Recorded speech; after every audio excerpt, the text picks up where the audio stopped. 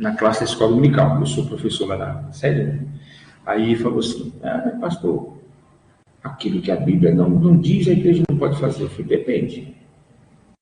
Depende. Tem muita coisa que a Bíblia não diz, a gente faz. Né? Ele falou, o que, por exemplo? Eu falei, escola dominical. Onde é que tem escola dominical na Bíblia? E você está na escola dominical. E eu estou na escola. E nós defendemos a escola. Né? Mas cadê a escola dominical na Bíblia? Escola dominical, onde é que está? Não tem. Então, é uma coisa que não tem na Bíblia, mas a igreja, né, pratica já há vários anos. E assim muitas outras coisas. Né? Por exemplo, um outro exemplo aqui. A questão da ceia do Senhor, né? Por exemplo. Quem foi que disse que para tomar ceia tem que batizar nas águas? Onde é que está isso na Bíblia? Entendeu? Quem foi que determinou isso aí? Do ponto de vista bíblico, né? Onde é que está essa regra? Foi Paulo que disse isso? Não foi? João? Pedro? Quem dos apóstolos? No Antigo Testamento não tem já. No Antigo Testamento não existe batismo. Só no Novo. E aí? Não está na Bíblia. Olha, os pastores costumam fazer isso, né? Olha, irmão, você que é batizado, tal, fique de pé. E quem não é, fique sentado. Quem foi que disse isso? Quem foi que determinou isso aí? De que participar da ceia é só quem é batizado. Não tem isso. Então, aí, qual é a saída que a gente tem para esse negócio aí? Aí você tem que ver os documentos da igreja. Aqui, esse livro aqui, por exemplo. Né? Os documentos da igreja. Ao longo dos séculos, né, de cristianismo, qual foi se existe nos documentos antigos da igreja alguma coisa a esse respeito. Que se existir, aí você já tem uma base. Entendeu? Algum pai da igreja, por exemplo, ensinou sobre isso. Sei lá, Lutero falou sobre isso, Inácio, Eusébio, Agostinho, esses caras. Né? Porque você já tem uma base.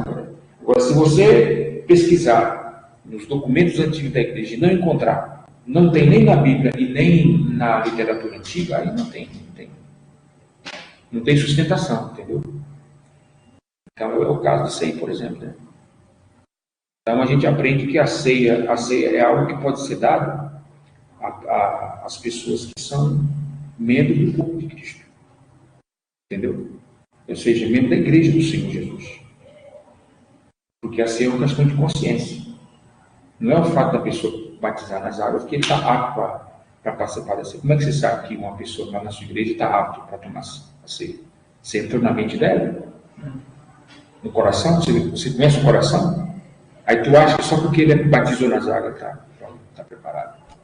Às vezes uma pessoa que não é novo convertido está muito mais preparado do ponto de vista moral, psíquico, com a sua vida com Deus, do que um crente que tem 2.500 anos de fé. Coisa de teólogo, né? Senhor nosso Deus e Pai, nós te agradecemos a oportunidade de estarmos aqui no IDA nessa noite. Obrigado pela chuva. Obrigado pela vida dos alunos que aqui estão, dos alunos que estão conosco na plataforma. Pai, dá-nos uma noite, mais uma noite, né, de ministração, de aprendizado da Tua Palavra. Fica conosco, nós te pedimos nesse momento, te agradecemos. Nos ajude nessa tarefa de hoje, na matéria que iremos trabalhar. Em nome de Jesus. Amém. Muito bem.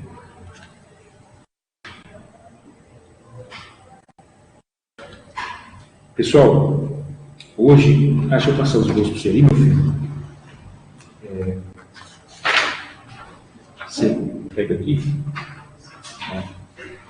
Hoje nós vamos trabalhar, pessoal, aqui com vocês, conforme vocês podem ver aí no esboço, algumas divisões da teologia geral dentro da matéria de prolegômenos. Né? A gente até já falou algumas matérias atrás, aí, algumas aulas atrás, aliás, sobre algumas divisões da teologia. Né? Mas hoje eu queria trabalhar com vocês um pouco mais específico sobre essas divisões aqui e terminando falando sobre alguns perigos que devemos evitar no estudo da teologia. A gente está falando aqui de algumas... Inclusive, a gente já começou aqui no bate-papo aqui, mais ou menos dentro disso daí, né? alguns perigos que a gente tem que evitar na teologia. Porque se não evitar, a gente cai, né, em alguns erros e às vezes até heresia, né? Às vezes até heresia. E com isso eu queria ler com vocês aqui, no Isaías, se vocês puderem abrir a Bíblia, capítulo 55, do livro do profeta Isaías. 55, a partir do verso 8. Eu estou aqui nas minhas mãos, que hoje aqui, ó, uma raridade. Está vendo aqui essa Bíblia? Essa Bíblia eu ganhei ela no dia 20 de novembro de 1977. Foi a primeira Bíblia minha. Está vendo aqui? Está estragadinha, né? Ela já descolou tudo. É a minha primeira Bíblia. Então, para mim, é uma raridade isso aqui. Eu ganhei essa Bíblia que eu tinha um pouco mais de 4 anos de idade. Né? Está comigo até hoje. Né? Não sei se vocês têm alguma Bíblia assim antiga em casa. Né? Se tem, guarda, viu? Que é bom. Né? É bom. Bom, eu vou ler nela aqui, Isaías 55, a partir do verso 8, é um texto que vocês já conhecem, é bem conhecido de todos nós. Mas diz o seguinte, Deus falando, né, por intermédio de Isaías: porque os meus pensamentos não são os vossos pensamentos. Isaías capítulo 55, pessoal, vocês aí na plataforma, a partir do verso 8. Porque os meus pensamentos não são os vossos pensamentos, nem os vossos caminhos, os meus caminhos, diz o Senhor.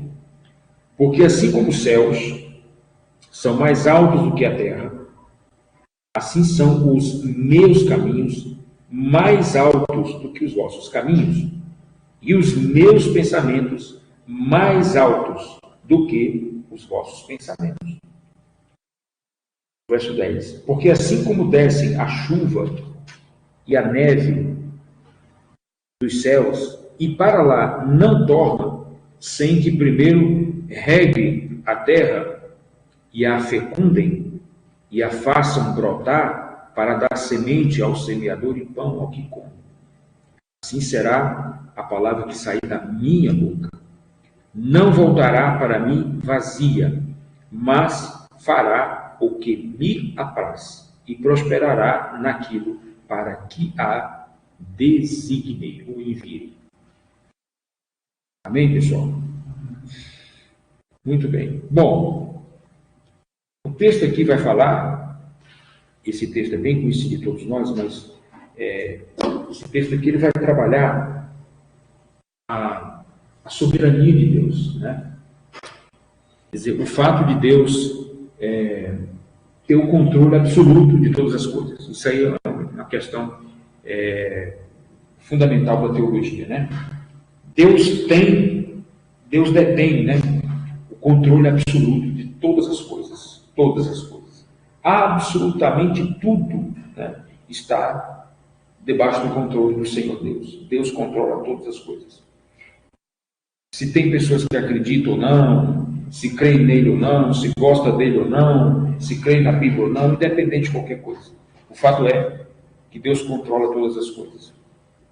E nesse entendimento, pessoal, da soberania de Deus, a gente precisa considerar dois aspectos. Primeiro, a posição do homem dentro da soberania de Deus, e segundo, a posição de Deus dentro da sua própria soberania. A posição de Deus dentro da sua própria soberania. O que significa isso? Significa que Deus criou, Deus mantém, tá? E Deus encerra toda a sua criação. É mais ou menos o que eu estava falando agora há pouco aqui, né? Deus é o Criador, mas Ele não é só o Criador. Ele não criou e foi embora. Ele criou e continua aqui.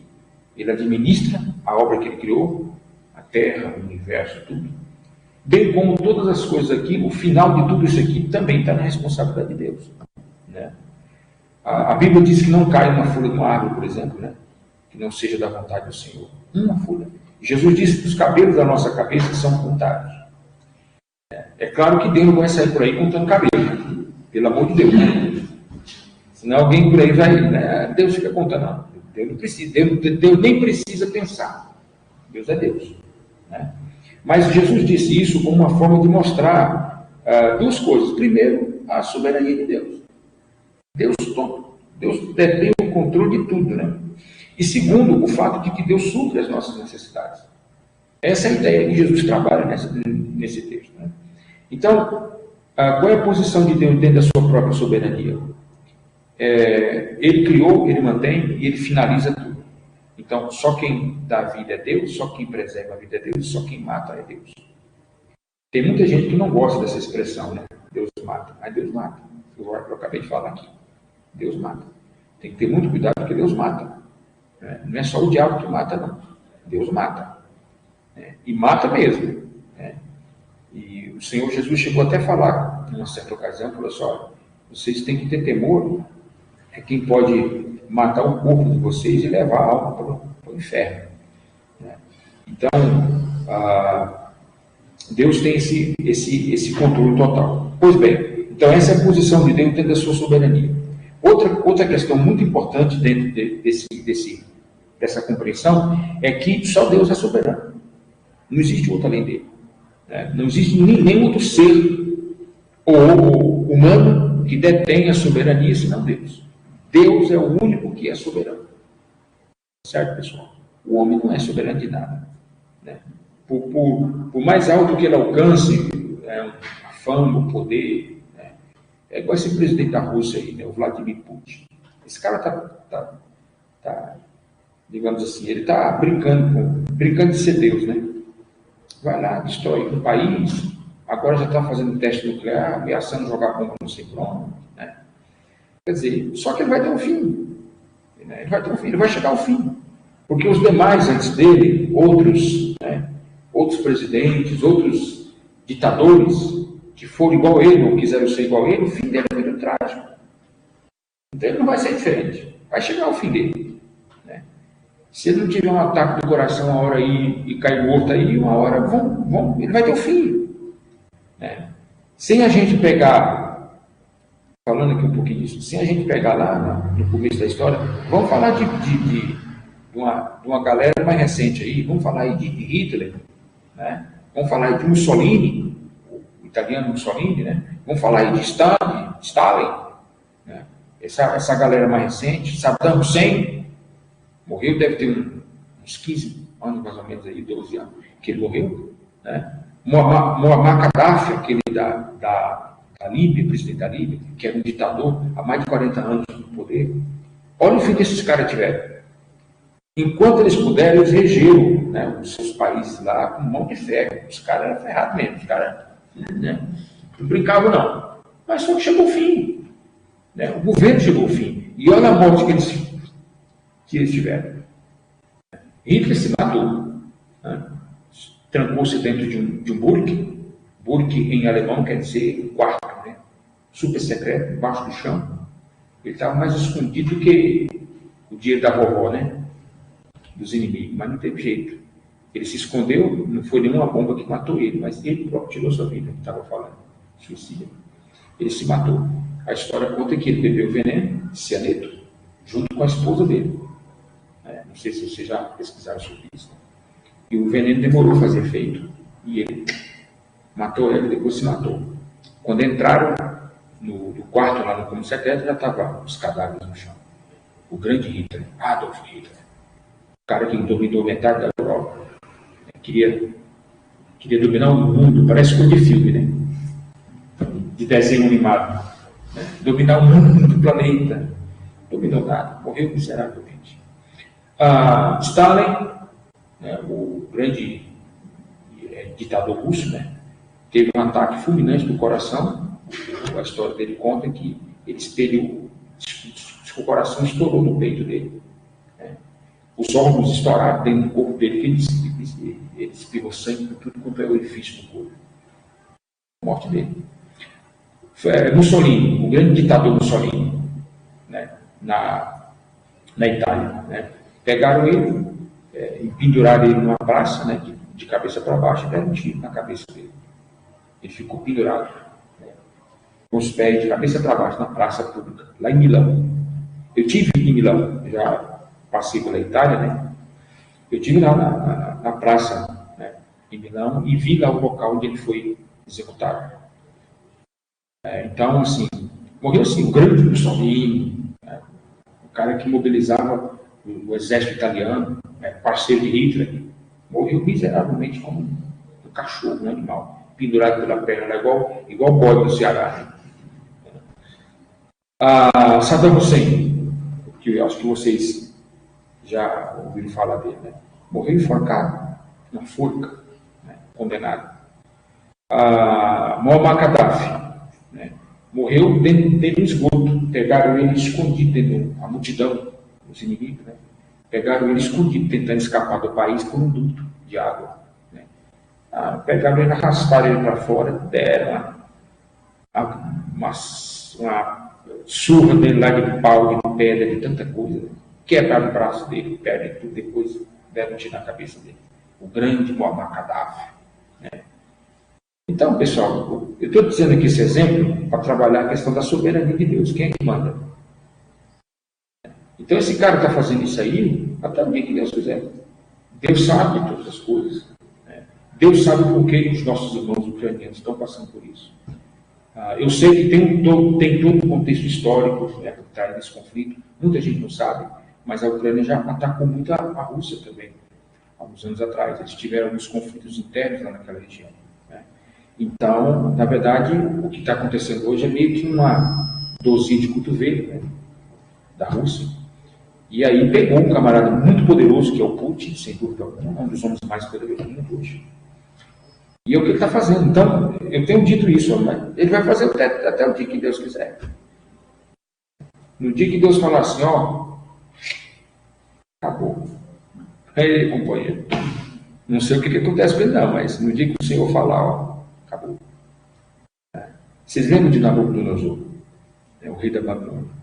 O maior rei de todos os tempos. Daniel capítulo 9, 10, 11 ali. Aliás, 6, 7, né? Enfim, né? O camarada, o maior monarca de todos os tempos, Nabucodonosor. O cara era o topo, né? Se a gente pudesse considerar um Deus na Terra, seria ele. Aliás, ele era adorado como Deus pelos babilônios, né? Ele era a divindade, a encarnação da divindade, tanto poder que o cara tinha. E ele chegou assim, a se ufanar, né? A se orgulhar disso. Quando ele passeando pela sacada lá da Babilônia, né? Ele fala lá, não é esta, está lá em Daniel capítulo 6 por aí, né? Não é esta Babilônia que eu construí com a força do meu poder e a glória da minha magnificência. O cara é forte, hein? E aí aquela voz, a voz do Senhor, bradou lá do céu, né? Passado de ti for rei, serás contado entre os animais. E é o que aconteceu. Olha o que aconteceu com o cara. Deus não matou ele, mas mostrou para ele o que é soberania. O Senhor fez um trabalho nele que medicina nenhuma, né, neurologista nenhum poderia fazer. Transformou a mente do cara em mente de animal. Dá para explicar isso, pessoal? É complicado, né? Porque o nosso cérebro, ele é mais pesado que o cérebro de um animal, ele é maior.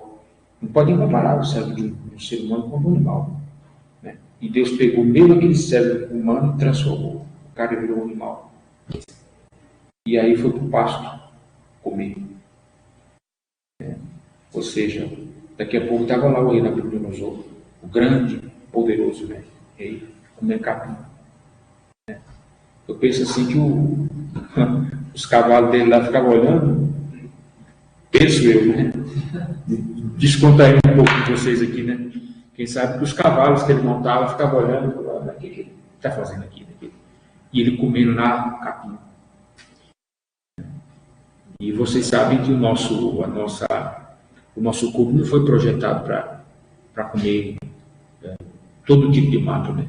Por isso que nós comemos só verduras, hortaliças, porque são coisas que o nosso organismo digere, né? Mas não é toda planta que a gente pode comer. Calma. Se você achou que ele ia falar, não tinha chamado ele de doido. Tinha chamado ele de doido, é verdade. É verdade. Com certeza. Com certeza. Então, capim, por exemplo, né? Tem uma versão da Bíblia que diz que ele comia capim. Eu fui fazer uma exegese E eu fui descobrir que o capim referido lá é o capim mesmo que os animais comiam. Agora eu te pergunto, como é que ele comia capim? Porque o capim, ele corta. Ele é quase que uma faca. Não sei se vocês conhecem, né? O capim que os animais se alimentam, se você passar na pele aqui, nossa, que corta. Tá vendo? E ele tem um pelo, ele solta um pelinho aqui, uma coceira, né? Bate na pele. Como é que o ser humano come aqui? O animal come, porque a estrutura da boca do bicho, né? Enfim, essa parte interna, né, dele é apropriada para isso. Mas nós não. Experimenta comer capim para você ver. Como é que você mastiga isso aqui? Porque isso aqui, nossa, é muito sensível, né? Essa parte interior. E o camarada passou 7 anos comendo capim. Como é que você acha que ficou o corpo dele? O sangue dele, os órgãos dele, digerindo durante 7 anos capim. Então, tudo isso não está na Bíblia, né? Mas a gente consegue conjecturar essas coisas porque isso aconteceu com ele. Né? Bom, resumindo aqui a história, pessoal, para não ficar só isso aqui, no final dos 7 anos, Deus torna a trazer a razão a ele, né? A mente racional. É como se ele despertasse um sonho. Ele volta. E a primeira coisa que ele faz é exaltar e louvar o Deus de Daniel. Ele faz uma oração. Não sei se vocês já leram lá. Ele faz uma oração ao Deus de Daniel. Bendito seja o Deus de Daniel, Deus dos deuses. Aprendeu, né? Então é isso aí. Então, pessoal, essa é a soberania de Deus. Só Ele é soberano. Certo? Deus é soberano. Existem algumas coisas que ocorrem no nosso mundo, aí, mundo afora, na sociedade, que a gente olha assim e fala, como isso pode acontecer? Por que existe pobre? Por que existem negros ou brancos? Por que as pessoas nascem com deficiências físicas, com anomalias? Por que nascem pessoas sem cérebro, os acéfalos? Por que as pessoas nascem, sei lá, faltando pedaços do corpo? Anomalias, né, no caso. Então, assim, aí você começa a questionar o porquê disso. Por que uma mãe que espera um filho com tanta alegria, com tanto, né? Quem é pai aqui? Você ainda não é pai, né, meu filho? Mas vai ser, né? Então, você sabe que se você é pai, sabe? Né?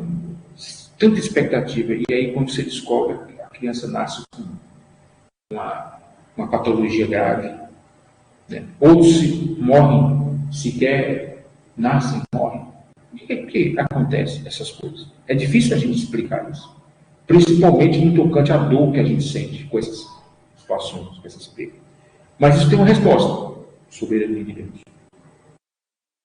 Por incrível que pareça, pessoal. Muito difícil da gente compreender, porque a gente não vai entender mesmo.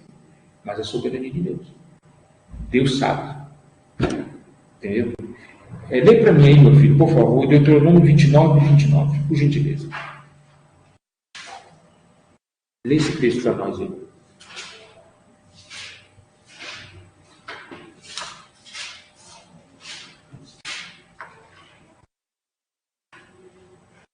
Sim, Diego. Está gravando aqui, viu? Obrigado por ter. Isso. As coisas encobertas pertencem ao Senhor, nosso Deus, porém as reveladas nos pertencem a nós e a nossos filhos, para sempre, para que cumpramos todas as palavras desta lei. Entendeu aí? Entendeu aí a colocação do texto? As coisas encobertas pertencem a quem? O Senhor. E as reveladas? A nós e a nossos filhos. E a nós e a nossos filhos. Ou seja, em outras palavras, né? O que compete a mim compreender? Aquilo que é revelado. Porque aquilo que é revelado me é entendível. Eu consigo entender. Entendeu? Eu consigo digeri-las intelectualmente. A minha mente consegue compreender aquilo que é revelado. Mas aquilo que é mistério, que é encoberto, como é que eu vou compreender? Como é que eu quero compreender uma coisa que é mistério? Ou seja, que está além da minha capacidade de entender? Não vou entender. Então, o problema da humanidade hoje, por exemplo, é exatamente isso. É querer compreender coisas, né, que só compete a Deus entender. Entendeu? Tem coisa na nossa vida que é só Deus explicar, não tem como explicar. Entendeu? Por causa de certas tragédias que acontecem, por que Deus permite? Por exemplo, eu vou falar de um exemplo entre nós aqui agora, recente. É o caso aí do Lula voltar ao poder. A igreja está ainda polvorosa, porque o cara ganhou a eleição. A verdade é que ele ganhou a eleição. Né? A questão é que dentro do nosso processo eleitoral, eles estão tecnicamente empatados, e para que seja uma eleição justa, tem que ter o segundo turno. Mas ele ganhou. Né? Como é que faz um negócio desse? Né? Um camarada que ele não tem dignidade para ocupar o cargo de presidente. Não tem. Né? Sem querer entrar no mérito político aqui, fazendo uma análise assim, filosófica, entendeu, pessoal? Fria, calculista, aqui. Não tem dignidade para voltar ao cargo. Depois de tudo que fez, né? Ainda voltou, e ganhou, voltou e ganhou. E está correndo isso agora, no segundo de ganhar. E aí os evangélicos estão aí, não vai voltar, não vai voltar. Mas é aquilo que eu disse, ainda hoje eu disse isso, na aula lá em Goiânia. Se ele voltar, do ponto de vista da igreja, nós como igreja, nós não temos o que fazer. Deus tem seus propósitos. É a única explicação que eu tenho. Entendeu? Deus tem seus propósitos. Com o Brasil, com a igreja. Em permitir que esse cidadão volte novamente ao poder. Depois de tudo que aconteceu, de todas as provas, tal, foi preso, aquela situação toda, o cara veio, deu a volta por cima, olha só, né? Deu a volta por cima, ele deu conta de provar não sei o que, mas ele provou que está aí, né? O advogado comentando que ele não foi absolvido, né? Só em outras palavras, não paguei isso aqui, nós vamos te julgar depois de novo, mas não sabe qual é. Pois é. Mas me explica, mesmo com essa complexidade jurídica, como é que ele voltou de novo à presidência e ganhou? Né? Pode se eleger. E pôde se eleger. Mesmo com eu já ouvi alguém falar sobre isso. Como é que pôde? E é o meu presidente. Eu tenho que chamar ele de Sua Excelência. Nós temos que chamar. Se a gente for na frente dele, por exemplo, né, digamos no dia que a gente vai visitar ele lá no Planalto, se ele eventualmente for eleito, eu tenho que chamar ele de Sua Excelência. Entendeu? Então, pessoal, propósito de Deus, soberania de Deus. Bem como também se o nosso atual presidente aí continuar, soberania de Deus, porque Deus quis. Entendeu, pessoal? Então, essa é a questão do ponto de vista de Deus dentro da sua própria soberania. E o homem, dentro dessa soberania, qual é o papel do ser humano? Simples. Reconhecer a soberania de Deus, né? E entender a sua posição dentro desse processo. Qual é a minha posição dentro da soberania de Deus? Só uma: obedecer a Deus. Reconhecer que Deus está acima de todas as coisas. Né? Reconhecer que eu sou insignificante dentro desse processo aí. Né? Não tem como comparar. Certo? Eu gosto muito de uma frase do Dr. Billy Graham. Ele dizia o seguinte: quando eu reconheço quem Deus é, automaticamente eu reconheço quem eu sou. E se eu reconhecer quem eu sou, automaticamente eu reconheço quem Deus é. Entendeu? Quem eu sou? Homem, mortal, limitado, falho, susceptível. Homem, ser humano. Logo então eu reconheço que eu sou uma simples criatura de Deus. Deus é grande, Deus é Senhor. E se eu reconhecer quem Deus é, soberano, poderoso, onipotente, eu reconheço também que eu sou de Deus. Entendeu? Essa questão. Então, qual é o nosso papel dentro da soberania de Deus? Reconhecer que Ele é soberano. Tá? Falando ainda em questão política aqui, dando aqui um sabor político à nossa aula de hoje, eu não sou bolsonarista, pessoal. Tá? Aliás, eu tenho até uma visão um pouco polêmica em relação à política. Para mim, igreja e política não tem nada a ver. Entendeu? Eu tenho as minhas convicções. Mas deixando esse mérito aí de lado, o fato é que é o seguinte: uma das razões, por exemplo, da vitória do presidente Bolsonaro é que ele reconhece quem ele é. Entendeu? Ele pode ter todos os defeitos do mundo lá e tudo tal. Esse dia alguém fala, mas é porque ele xinga muito com o presidente. Fala, olha, Não é legal um presidente xingar. Não pode, por causa do cargo. O cargo tem todo um protocolo, não pode xingar. Mas se ele xinga, o cara também ele corre sangue na vida do cargo.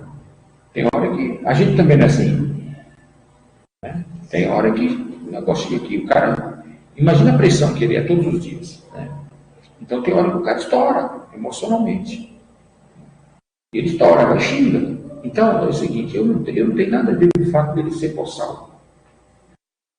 Entendeu? Dele xingar. Eu quero que ele seja um bom presidente. Ele não é evangélico. O Bolsonaro não é crente. As pessoas têm que conhecer. Tem muita gente que quer que parece que batizou ele. Ele até foi batizado mesmo, né? Lá no Rio Jordão, parece. Mas as pessoas querem fazer um crente pentecostal, batizado com o Espírito Santo, que anda. Ele não é, gente, ele é católico. Ele já disse isso várias vezes. A minha esposa é evangélica, que é a irmã Michele. Ela é evangélica, ela é serva de Deus. Né? E ela realmente tem um comportamento exemplar, a meu ver. Aquela mulher. Exemplar. Entendeu? Realmente, pelo que a gente acompanha ali, né? Exemplaríssima aquela mulher. Parabéns. Mas ele não, ele é católico. Esse dia acharam que o Bolsonaro está lá em Aparecida, na Basílica de Aparecida. Meu irmão, ele é católico. Entendeu? No ano passado ele estava numa loja maçônica, lá no Brasil, participando de uma cerimônia. O cara é católico, ele não é. Eu não posso exigir dele um comportamento cristão baseado nos valores da palavra de Deus. Porém, ele tem que ser um bom presidente. Então, uma das razões é isso, ele reconhece quem é. Ele já falou várias vezes, falou, eu só estou aqui porque Deus me colocou. Levou aquela facada lá, o Senhor livrou ele reconhece que foi tudo Deus. Então, pessoal, independente do comportamento, se ele tem fé cristã ou não, entendeu? O fato é que ele reconhece, ele abre a boca, entendeu? E ele reconhece que ele está ali porque Deus colocou ele. Entendeu? Pronto. E o que Deus quer é isso da gente, que o homem reconheça quem é dentro desse processo da soberania de Deus. Entendeu? Aí a gente pensa, para fechar essa questão aqui, a gente pensa que só quem, por exemplo, só quem não entende a soberania de Deus é quem é rico, é quem é poderoso, né? O camarada que tem o poder do dinheiro, o cara que tem o poder político, esses camaradas aí que não tem muita gente aí simples, humilde, que são arrogantes diante de Deus. Não é, isso não compete só a classe alta. Não, tem muita gente aí que é pobre financeiramente falando, mas é arrogante. Né? Arrogante, prepotente, não se curva diante de Deus, entendeu? Não reconhece quem é Deus. Esse dia eu estava numa lotérica, deixa eu contar aqui a história, viu, Diego? Eu estava numa lotérica, um camarada, nesse tempo que teve aí, esses dias que a gente teve aí, o calor enorme da temperatura, o cara xingando o sol, xingando o tempo, falando palavrão. Entendeu? E eu lá na fila só ouvindo. E eu pensei comigo, falei, rapaz, se eu fosse Deus, eu mandava um raio na cabeça desse infeliz aqui agora. Eu imagino como é Deus, né? Lá do céu, no seu trono de soberania, Deus olhando e vendo uma criatura dessa, xingando o sol, xingando o tempo, espraguejando. Porque se existe um Deus, cadê ele? Rapaz, o camarada falou cada coisa. Eu falei, como Deus é maravilhoso. Eu saí de lá mais crente. Como é que Deus, suporta uma criatura dessa aqui? Agora você imagina isso aí no mundo inteiro. Né? Então, as pessoas não precisam ser rico, bilionário, para poder ser orgulhoso. Não. Tem muita gente que não reconhece a soberania de Deus. Né? Os favores que Deus dá. Né? Um infeliz desse daí, um miserável desse daí, ele está falando aquelas coisas lá porque está entrando oxigênio, né? Nos pulmões dele, né? O pulmão está insuflando, né? Já pensou se ele faz assim, ó, e para? A respiração nossa não é só assim, né? Ela é assim. Tão importante o ar que entra, o ar que sai. Não é assim? E se entra e fica parado, como é que fica? E aí cai no chão. Né? Deus é tão misericordioso. Né? tudo funcionando. Ele está em pé, andando, está lá na fila pagando a conta dele, significa que a cabeça está funcionando. Está lá. Mais ou menos. Hã? Mais ou menos. Mais ou menos, é verdade. Então, pessoal, é isso, né? Reconhecer a soberania de Deus. Então, nesse texto aqui, Deus está falando por meio de Isaías isso, né? Os meus pensamentos são mais altos que os vossos pensamentos, né? E os meus caminhos também é mais alto. Então, Deus está explicando aqui, dizendo o seguinte, fala, eu sou maior. E você é menor. Essa é a posição. Entendeu? Deus está aqui, o homem está aqui. Não tem como, entendeu? Não tem como. Nem o homem chega lá e nem Deus faz isso aqui. Apesar de que Deus fez isso em Cristo, né? Deus fez isso em Cristo. Deus se humanizou exatamente para isso, para alcançar, porque não tem como o homem ser Deus. Então o que Deus faz? Então não pode vir aqui, mas eu vou lá. E aí mandou Jesus. Ele abriu o caminho, né, por meio de Cristo. Né? Mas o fato é que esse texto mostra isso. Né? Os meus pensamentos é mais alto. Então, é o que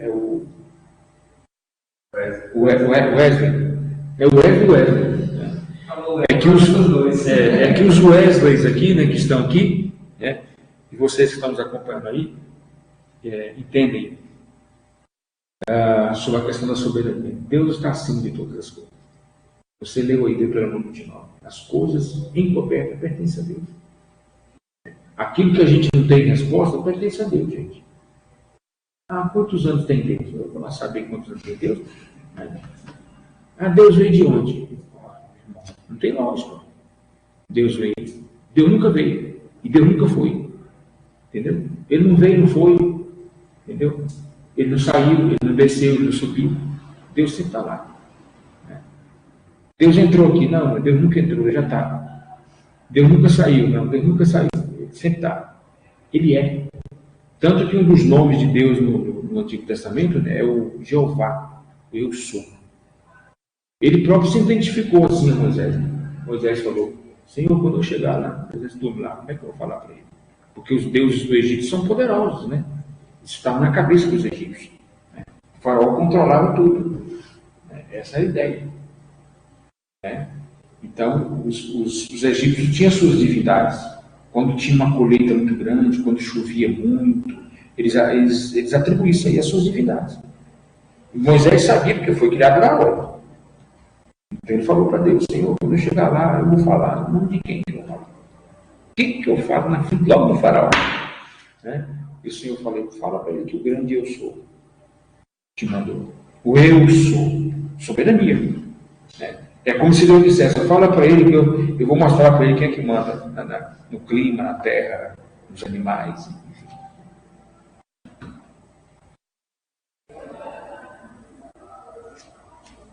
O primeiro ponto que eu quero, uma das divisões, partindo aqui para as divisões, pessoal, da teologia, a primeira delas trata-se da teologia natural. Eu tenho aqui a teologia natural, teologia revelada, teologia bíblica, teologia histórica, teologia sistemática ou dogmática, teologia do Antigo Testamento, teologia do Novo Testamento, teologia especulativa, teologia confessional ou denominacional e a teologia prática.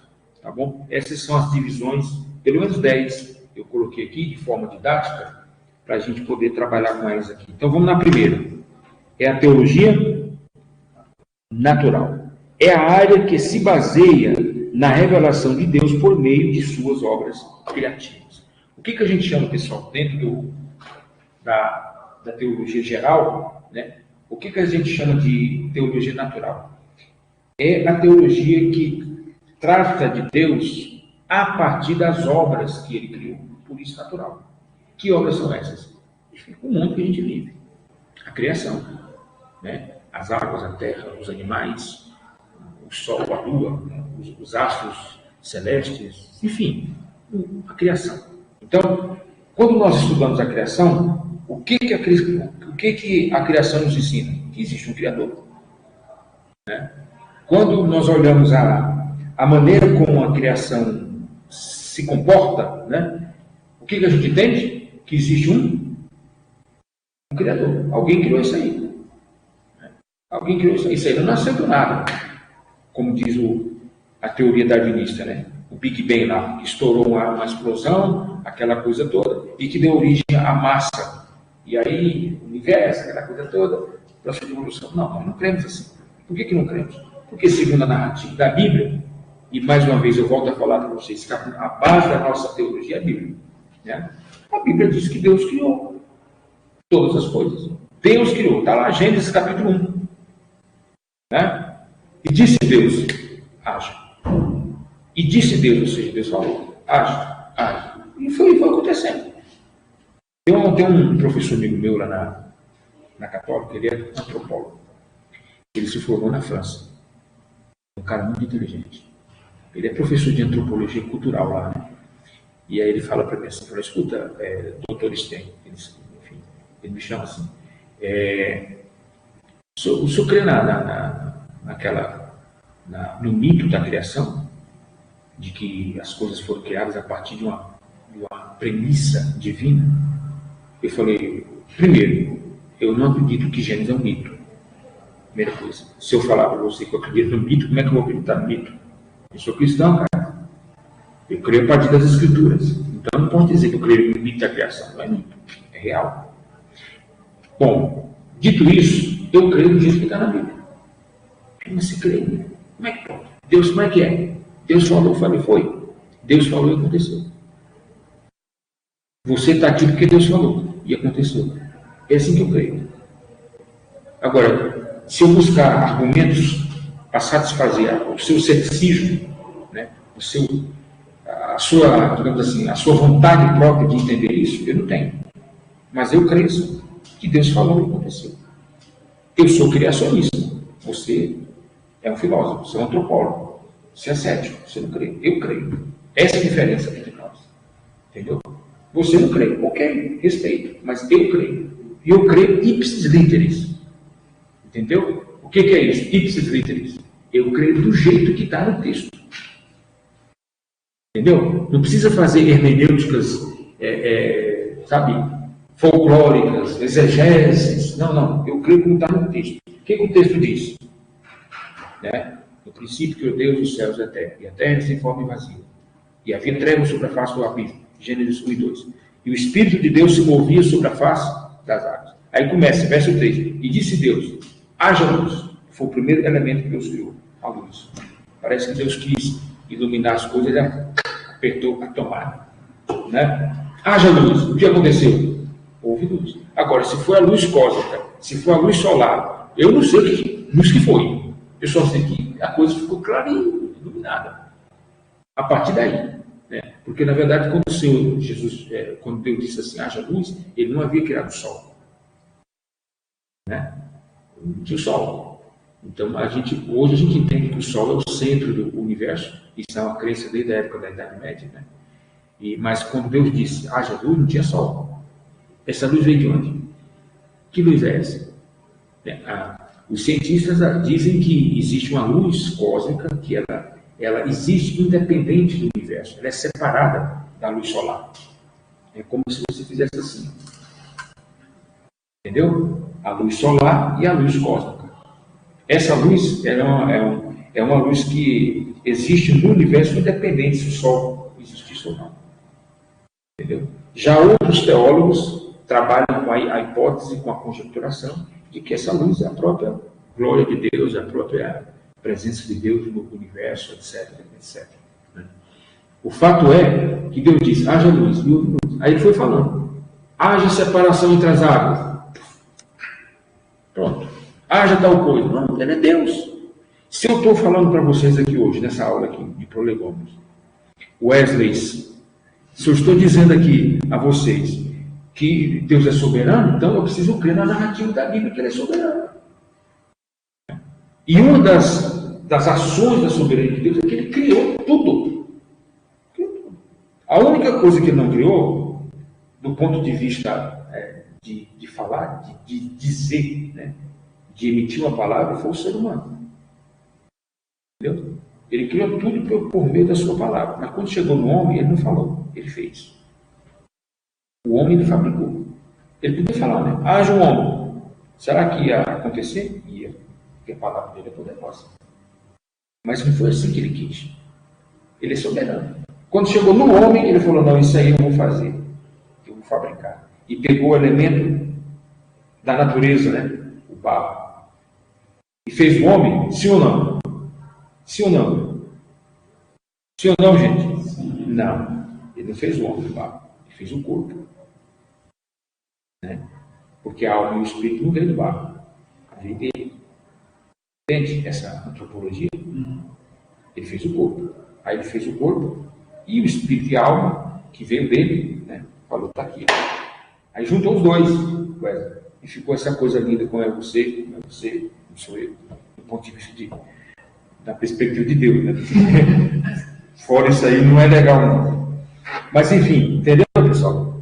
Então o homem, ele criou, mas as outras coisas ele disse, haja só, foi isso aí. Então eu creio na teologia natural baseada nisso, no relato da Bíblia, do mesmo jeito que está na Bíblia.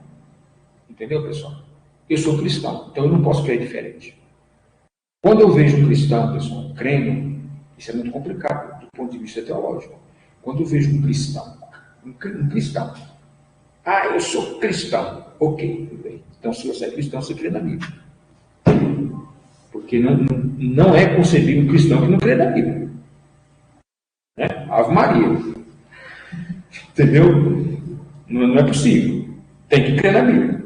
O cristão tem que ter aqui, a sua fé está esposada, está baseada aqui na Bíblia. Então, ok. Então, se eu creio na Bíblia, eu não posso crer diferente do relato que está na Bíblia. Entendeu, pessoal? Eu não posso crer diferente. Como é que pode? Eu sou cristão, eu creio de um jeito e a Bíblia diz de outro. A Bíblia manda eu ir para o sul ou para o norte? Não. Aí você, então, é um teólogo por conta própria. Aí você vai cair naquela questão do liberalismo teológico. Entendeu? Aqueles teólogos alemães, por exemplo, né? Calbart, Rodolfo Bultmann, entendeu? Eu tenho até um livro aqui do Rodolfo Bultmann. Vou até mostrar para vocês esse livro aqui, Demitologização. Rodolfo Bultmann. Esse cara é um teólogo, um filósofo fantástico. Só que, para a teologia cristã original, bíblica, ele foi um verdadeiro desastre. Né? Então, para você, por exemplo, ler Bultmann, você tem que ter muito cuidado, porque ele chama de demitologização, é você descrever tudo aquilo que a Bíblia afirma. E você estabelecer na Bíblia a sua própria crença. Entendeu? Isso para nós não combina. Não dá. Pastor, então você está lendo? Está lendo porque eu tenho capacidade de entender a obra, entendeu? Mas é complicado. Então, pessoal, não tem como você ser um cristão e não crer no que a Bíblia diz. O homem tem 3 elementos? Espírito, alma e corpo. Tem. Por quê? Porque a Bíblia diz isso. Paulo diz isso lá em 1 Tessalonicenses, capítulo 5, verso 23. Paulo cita lá os 3 elementos. Espírito, alma e corpo. Ele cita os 3. Então, por que tem que ser 2? Aí vem o pessoal do dualismo, né? Os dualistas que dizem que espírito e alma são 2 termos de um mesmo elemento. Vocês sabem que os dualistas acreditam que o homem só há espírito e corpo. Alma é 2 termos de um mesmo elemento. Não. O que a Bíblia diz? O que o texto sagrado diz? Né? Corpo, alma e espírito. Paulo fala de 3 elementos. Entendeu? Hebreus 4:12 também vai falar lá. A palavra de Deus penetra até a divisão da alma e do espírito e das juntas e medulas do corpo. Então, por que eu sou dualista? Eu não posso ser, eu tenho que ser tricotomista. Entendeu? Por que nós cremos no Espírito Santo? Porque a Bíblia fala do Espírito Santo. Então eu sou paracletológico.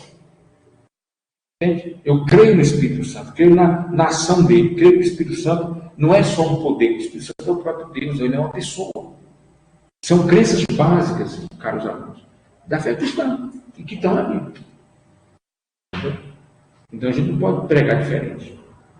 Eu lembro que aquela palavra que o senhor falou no final, que a gente não pode ter dúvida, né? Não pode ter dúvida, exatamente. Ninguém precisa, muitas vezes, quando a gente começa a ler, fica na dúvida, na hora tem que aprender e começar a acreditar. Porque aí quando começa, aí quem vai criando esse tipo de teologia? Né? É verdade, verdade.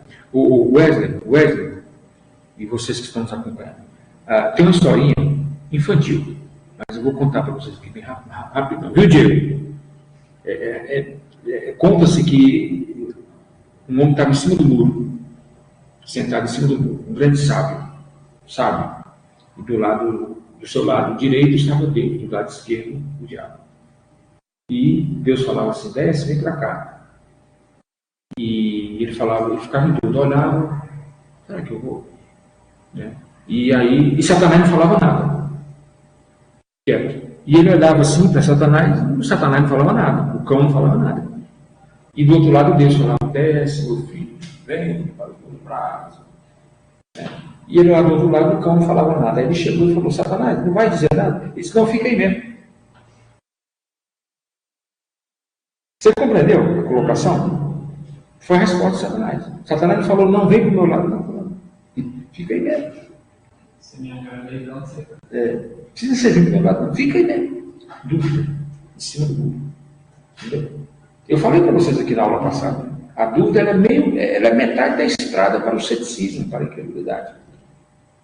Então é o caso da Satanás podia ter falado: não, vem para o meu lado aqui, não. Aí você está certinho, tá bom. Né? Então é isso aí. Então, pessoal, essa é a teologia natural, as obras de Deus criadas. Segundo, a teologia revelada ou escriturística é a revelação de Deus com base no testemunho de sua palavra, a Bíblia. O que a gente chama de teologia, pessoal? Como está aqui? Teologia revelada. Porque a Bíblia é um livro revelado. Tem gente que fala assim: a Bíblia é um mistério. Não é mistério não. Se fosse mistério, eu não entendia. Pelo contrário, a Bíblia é revelada. Entendeu? Deus é mistério. A Bíblia não é mistério. Pastor, mas tem coisa na Bíblia que a gente não entende. Isso não é mistério, não. Isso é dificuldade de se entender a Bíblia da nossa parte. Entende? Porque nós somos limitados, a nossa mente é limitada, culturalmente, psicologicamente. Entendeu? Nós somos limitados. Por mais que você estude, leia, entendeu? Mas ainda assim você continua limitado. Essas limitações, Wesley, nos fazem ter dificuldade de entender o texto sagrado. A Bíblia não é um livro fácil, não, cara. Eu digo isso. A Bíblia não é um livro fácil. A Bíblia é fácil de entender. Vai nessa, então leia ela para você ver. Não é fácil, não. É complicado. Por que ela é complicada? Porque você está trabalhando com um material que tem milhares de anos que ele foi escrito. Entendeu? A Bíblia foi escrita há milhares de anos. O Antigo Testamento, então, nem se fala. Se o Novo Testamento já está separado de nós há mais de 2000 anos, que ele foi fechado o cano, com o Apocalipse, imagina o Antigo Testamento. Milhares de anos separado da gente. Cultura diferente, ambiente diferente. Aí tu vai ler a Bíblia, que é um livro antigo, milenar. Aí você quer entender como se você estivesse lendo a revista super interessante aqui. Não vai entender, irmão. Você tem dificuldade. Entendeu? Para isso que existe ciências como a teologia. Para fazer com que a gente tenha uma facilidade maior para entender esse livro aqui. A palavra de Deus. Mas dizer que a Bíblia é mistério, não tem nada de mistério, não. A Bíblia é revelada. Deus é mistério. Volto a repetir. Deus é mistério. Porque Deus a gente não tem como você entender quem é Deus. Não dá para entender. Ele é mistério, mas a Bíblia não. Tá certo? Aqui. A palavra de Deus está aqui, revelada. Então, a teologia revelada trabalha com o quê? Com o que a Bíblia diz. Daí porque o nome, teologia revelada. Ou seja, Deus revelou a nós a sua palavra. Você sabe que Adão não tinha Bíblia, né? Adão não tinha Bíblia, eu falei. Quando amanhecia o dia lá no Jardim do Éden, não tinha um manuscrito para ele ler. Como é que ele compreendia a vontade de Deus? De duas formas. Primeiro, porque ele convivia pessoalmente com o próprio Deus. Lá em Gênesis capítulo 1, vai dizer que Deus visitava o jardim, pela viração do dia. Deus ia visitar o homem que ele tinha criado. O que Deus ia fazer lá? Será que Deus ia só fazer ele tomar um cafezinho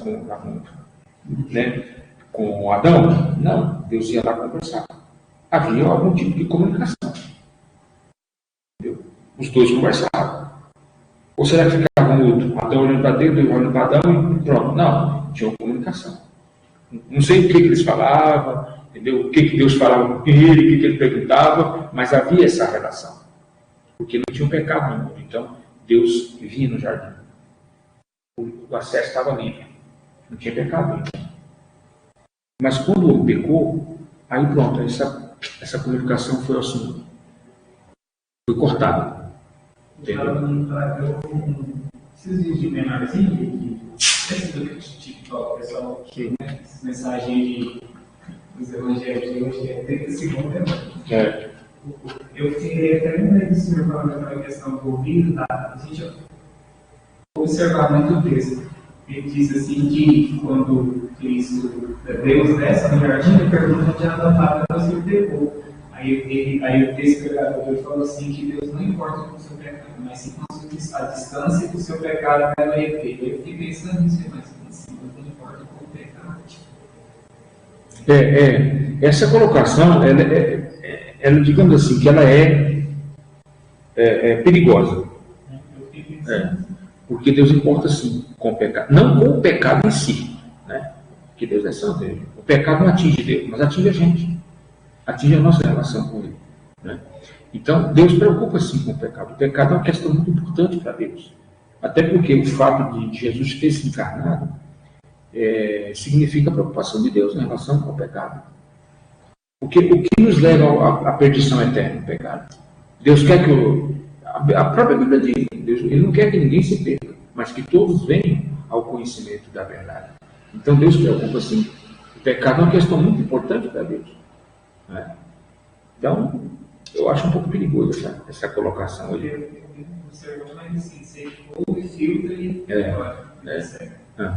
Então, assim, voltando a falar, então essa comunicação foi interrompida, o homem pecou. Bom, pecou, não tinha mais a presença de Deus. Foi uma das coisas que Adão perdeu, foi a presença de Deus. Né? Ele foi expulso do jardim, vocês sabem disso. Ele foi expulso. E eu acho aquilo ali muito forte, porque, interessante, Deus o expulsou do jardim e ele não voltou para o jardim mais. Eu acho isso muito sério, pessoal. Ele não voltou mais. Até porque Deus colocou 2 anjos, né, na entrada do jardim, diz o texto. 2 querubins, né, para que Adão não voltasse mais. Ele não voltou para o jardim mais. Então ele teve que... Porque Deus sabia que ele voltaria. Né? Ele pecou, ele foi expulso, ele falou, vou voltar. Porque nós temos essa tendência em nós, até hoje, nós temos essa característica psicológica, eu diria, e comportamental, de voltar, né? Retornar. Puxa, não quer saber uma coisa?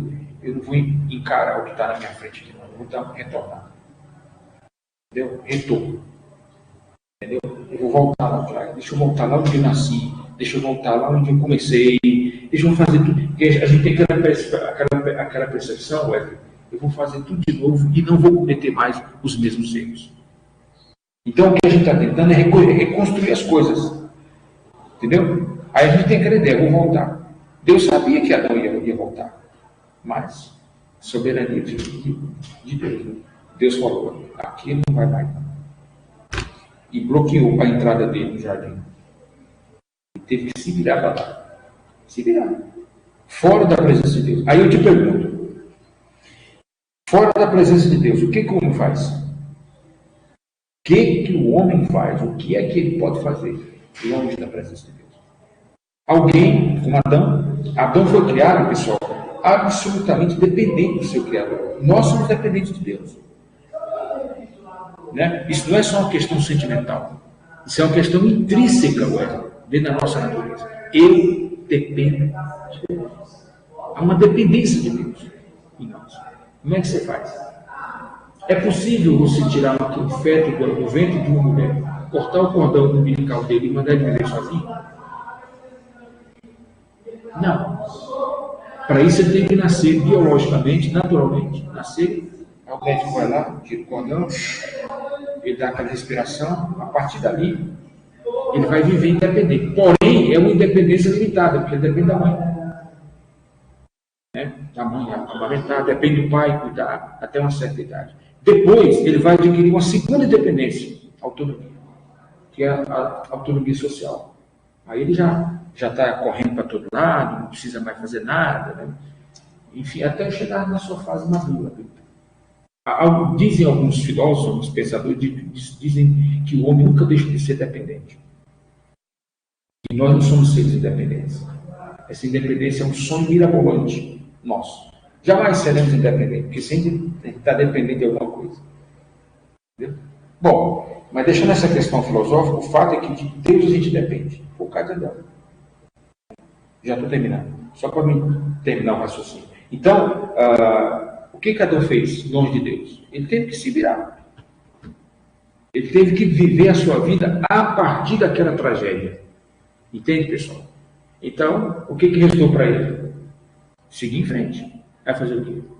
Vai se matar? Vai beber veneno?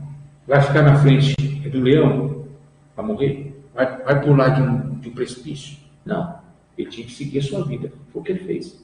Alguns historiadores dizem, Wesley, que quando Adão foi expulso do jardim, ele já tinha os seus filhos. Ele já tinha os seus filhos, já. Ou seja, ele foi expulso com família e tudo. E você sabe que Adão e Eva tiveram outros filhos, além de Caim e Abel, até porque Abel morreu. Depois o Sete, que foi o filho que Deus deu no lugar de Abel.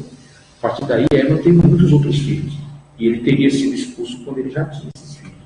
Aí tu pergunta o seguinte: que Deus é esse, né? Que faz isso com a família, que tem filho pequeno. Como é que você entende isso? Como é que faz isso? Deuteronômio 29. Coisas encobertas. Entendeu? Ações de Deus que eu não consigo entender. Só consigo entender do ponto de vista da soberania dele. Entendeu, pessoal? Aí o fato é que Adão teve que se virar. Entende? Aí foi onde ele então ensinou seus filhos a cultuar Deus. Porque no caso, nós depois Caim e Abel ofereceram ao Senhor um sacrifício. Um oferece o corpo do animal, o outro o fruto da terra. Quem ensinou isso a eles? Adão. O altar, a oferta, era uma forma de se reconectar a Deus. Então, o que a gente entende é que Adão estava lutando de todas as suas para tentar se reconectar e trazer a presença de Deus mais ou menos assim, de volta. Entendeu?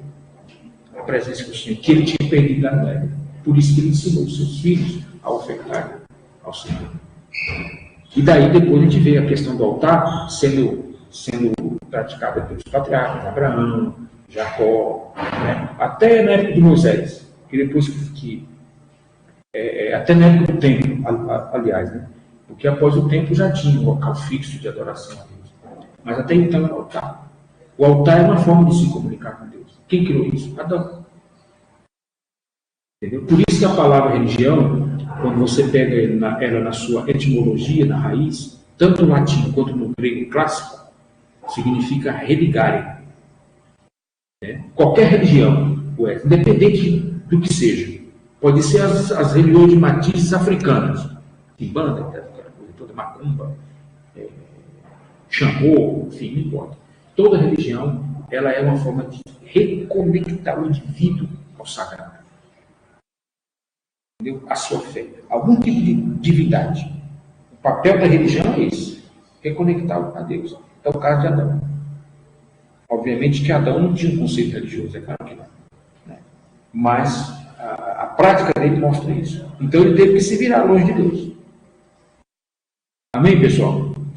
Vamos lá no nosso intervalo, né? Ou vocês não querem ter intervalo?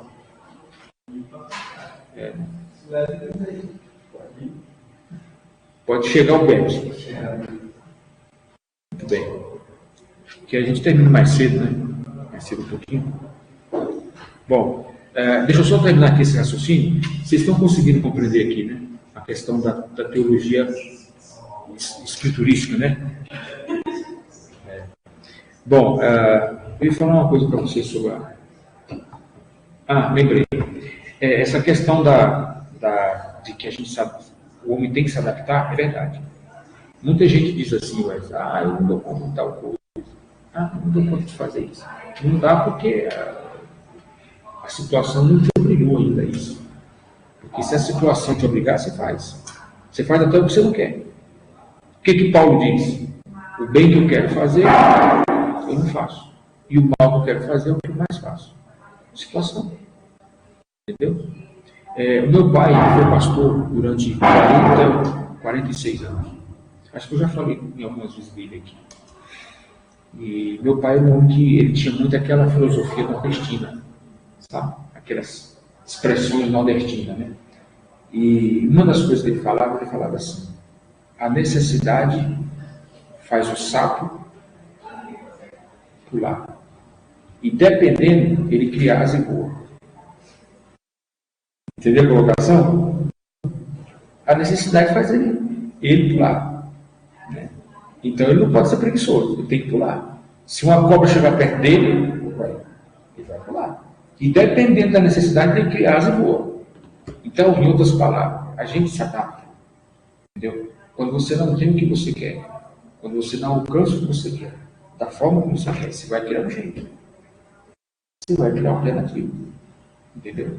Existem coisas na nossa vida, pessoal, que realmente não tem como fazer, que foge da nossa capacidade, né? Mas tem muita coisa que dá para a gente fazer, né? Dá para a gente adaptar, dá para a gente continuar, pode fazer sim. Ah, eu não como isso, não como porque a situação não te obrigou, né? Nós temos algumas pessoas na África, por exemplo, que comem ratos. Comem ratos. Leptospirose, aquela coisa que eles comem rato. Aí tu fala assim: nossa, eu não comeria. Você não come porque você não está lá. Porque você tem duas opções: ou você come ou você morre. Então é instinto de sobrevivência. Nós fomos feitos, pessoal, a gente foi criado, continuando aqui nessa dinâmica, né? Nós fomos criados com a capacidade de se adaptar. Então, essa colocação que a gente vê às vezes, muita gente fala assim: ah, eu não dou conta. Não. Isso aí é falácia, porque dá conta sim. Entendeu? Desde que a situação faça isso aqui, ó. Né? Aí dá conta. Ah, eu não dou conta sem celular. Dá sim, porque antigamente não tinha celular. Ah, o que eu faço? Esse dia minha filha, né, em casa. Ah, pai, eu não sei o que eu faria sem internet. Pois é, minha filha.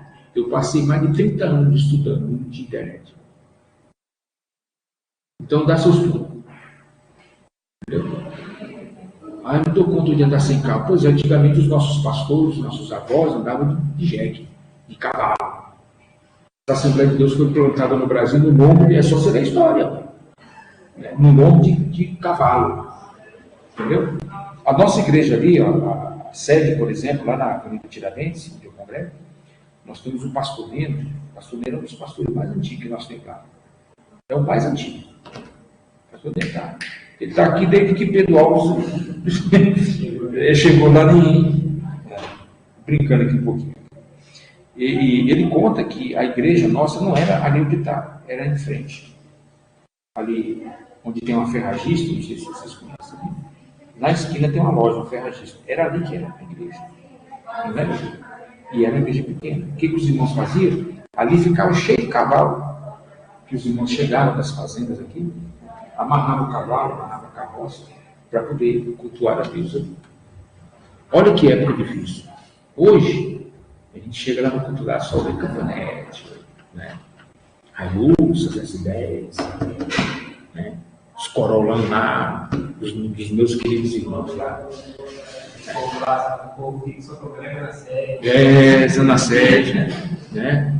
Eu sou o mais coitado que estou lá, né? Então, assim, a gente vai, mas eu não dou conta de ver isso. Por que os nossos irmãos deu conta? Os seus pais deu conta. Pergunte a seus pais. Pergunte a seus pais, meu filho. Como é que era ver? Os seus avós, não sei se você tem avós vivos. Pois é. Ele ou era? Ele. Como é o nome dele? Alfredo. Pois é, pergunte ao seu Alfredo como que era. Não dou conta de fazer isso. Pergunte a ele. Entendeu? Senta com ele e ouça. Tenha paciência para ouvir os anciãos. Entendeu? Aprenda com eles. Eu não como isso aqui, não. Pois é. Então, por aí vai, né? Ah, tênis, eu não dou conta de andar sem tênis. Pergunte um africano o que é andar descalço. Um nordestino, lá da Caatinga, né? Pergunte a alguém que vive num lugar que é deserto, que não tem água. Entendeu, pessoal? Bom, 3. Teologia histórica, né? Não, bíblica. Né? Teologia bíblica é a revelação de Deus por meio das doutrinas, tal qual estão expostas e dispostas nos livros do Antigo e Novo Testamento. Pessoal, avisar aqui a vocês aqui, nós resolvemos não ter intervalo, pessoal, tá bom? A gente vai levando aqui a nossa aula, a gente termina um pouquinho mais cedo, tá certo? Por isso que nós não demos intervalo. Vocês em casa aí não tem esse problema, né? Se quiser pode até jantar, né? Bom, mas a teologia bíblica, pessoal, o que a gente chama de teologia bíblica? É a área que trata das doutrinas da Bíblia, né? A partir tanto do Antigo quanto do Novo Testamento, né? Wesley, os teólogos, alguns deles costumam fazer uma divisão meio que didática. Existem doutrinas que pertencem só ao Antigo Testamento, portanto, pertencem mais, digamos assim, aos judeus do que a nós, né? E existem doutrinas que são mais do Novo Testamento, você não encontra tanto elas no Antigo Testamento. Por quê? Muito simples. Porque ambos os testamentos foram escritos em momentos históricos e em contextos absolutamente diferentes. Culturalmente diferentes, politicamente diferentes. Para começar, o Antigo Testamento foi escrito completamente dentro da cultura hebraica, judaica, né? Dos patriarcas de Abraão, depois caiu Moisés, que Moisés foi onde a lei começou, em Moisés, né? Depois veio a questão do templo lá com Davi, com Salomão. Então, o Antigo Testamento basicamente é uma narrativa hebraica, judaica. O Novo Testamento já não é bem uma narrativa só hebraica. Por quê? Porque o Novo Testamento foi escrito dentro do contexto do mundo grego-romano, onde o império que dominava o mundo era Roma, e a cultura que dominava o mundo era a cultura helenística, a cultura helênica, né? A cultura grega. Alexandre Magno, por exemplo, né? O grande imperador grego, foi o camarada que helenizou o mundo naquela época, né? Uma só língua, que era o grego, uma só cultura, que era a cultura grega, uma só arte, uma só música. Então era um mundo globalizado. Hoje a gente chama de globalização, que já acontecia com os gregos antes. Entendeu? Então, o contexto do Novo Testamento foi escrito nesse cenário, diferente do Antigo. Por isso que quando você lê o Antigo e o Novo Testamento, muitas vezes você encontra muitas diferenças. Muitas diferenças. Eu já vi pessoas usarem esse conteúdo para não entregar o dízimo. Fala que o dízimo é a atribuição do Velho Testamento, não se aplica no Novo. Sim, é a base que ele pega, né? O pastor escolheu específico aqui, aí ele entrega isso para a gente. Olha, e vou falar uma coisa polêmica com vocês em relação a isso aí. De fato, a prática do dízimo no Novo Testamento, ela não tem muita consistência. Entendeu? Não tem muita, em termos da Bíblia, não tem muita consistência. Você não vai ver falar muito de dízimo no Novo Testamento. Se fala muito de ofertas. Ofertas se fala muito. Paulo fala muito de oferta. Oferta. Ele coletava as ofertas nas igrejas, Paulo falava sobre isso. Muito sobre oferta, mas não fala muito sobre dízimo. Não há um parâmetro. Já no Antigo Testamento você tem um parâmetro. O povo hebraico praticava o dízimo, que era a concessão, a entrega, né, de 10% daquilo que a pessoa produzia. Obviamente que naquela época não se tratava de dinheiro vivo, eram os víveres, né? O trigo, a soja, o feijão, o arroz, os temperos, o cominho e tal, aquelas coisas todas, né? Os víveres. Então, 10% eram ofertados ao Senhor. Então, isso era a prática do Antigo Testamento. No Novo, realmente você não tem essa prática. Porém, o que a gente compreende? que a igreja primitiva, como forma de poder manter, né, toda a estrutura da igreja, que naquela época, como é que Paulo viajava? Né? Como é que ele fazia? Como é que ele socorria algumas igrejas que precisavam? Era dessas ofertas. Né? Então, os historiadores dizem que a igreja primitiva praticava assim, o ato de dizimar. Nós temos alguns pais da igreja, por exemplo, como Inácio, Orígenes, que cita em algumas das suas obras o dízimo. Então já é melhor aplicar o documento da história, histórias da igreja, do que querer achar um texto do exatamente. Nesse caso aqui entendeu? Então, assim, aí eles se referiam a dízimos na igreja. Então, significa dizer que a igreja primitiva praticava o ato de dizimar. Entendeu? Agora, por que é difícil a gente achar isso, Wesley, por exemplo, que você citou? Porque naquela época as igrejas eram compostas de judeus e gentios. Então, dizimar era uma prática judaica, mas não gentílica. Judeu não praticava, gentio não praticava dízimo. Eles não sabiam nem o que era 10%. Entendeu? Então, por isso que, como na época de Paulo, grande parte das igrejas eram, na sua maioria, de gentios e não de judeus, essa prática não era muito comum. Então, muito provavelmente, Paulo teve um papel aí de ensinar os irmãos a atrás e tal. Entendeu? Ensinar a igreja, que é o que cabe ao pastor. Né? Aliás, até ontem eu estava conversando com um colega, eu falei, olha, na igreja, pessoal, abri aqui um parênteses, na igreja não pode ser nada imposto. O pastor tem que ensinar. Entende? Não é impor. Tá? Não é impor. Porque a partir do momento que você impõe, não há voluntariedade. Não há liberalidade quando você impõe. Porque as pessoas fazem por obrigação, não porque querem. E se eu faço uma coisa obrigado, eu simplesmente não fiz. Entendeu? A partir do momento, Wesley, que eu faço uma coisa pela qual sou obrigado a fazer, eu não fiz. Eu fiz. Diante de Deus, não. Entendeu? Eu estou fazendo porque se eu não fizer, vão me disciplinar, vão me excluir, vão me tirar do cargo. Então, eu vou fazer.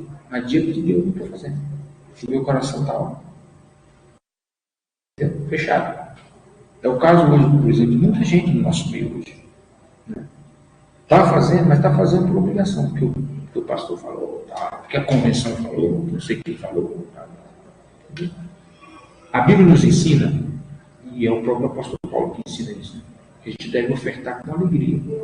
O que é ofertar com alegria? É ofertar dando risada? Não. Não é isso. O que é ofertar com alegria? É ofertar com liberalidade. Você está sentindo, você se sente bem. Aquilo, entendeu? A sua alma regozija, você glorifica a Deus, você, sabe? Parece que você tirou assim um peso. Quando você passa, por exemplo, 30 dias trabalhando, aí você recebe o salário que Deus te dá, né? Capacidade de trabalhar e tal. Você recebe, você chega na igreja e oferece ao Senhor aquela parte. Aquilo ali traz um refrigério para a sua alma. Você glorifica a Deus. Isso é dado com liberalidade. Entendeu? Não é imposição. Agora, quando você vê os pastores aí coadindo o povo, cooptando as pessoas, impondo as pessoas. Eu venho numa época, eu sou mais velho do que você, eu venho numa época que o crente não dizimasse, ele era disciplinado. Ele não tomava ceia. Agora eu te pergunto, o que dízimo tem a ver com ceia?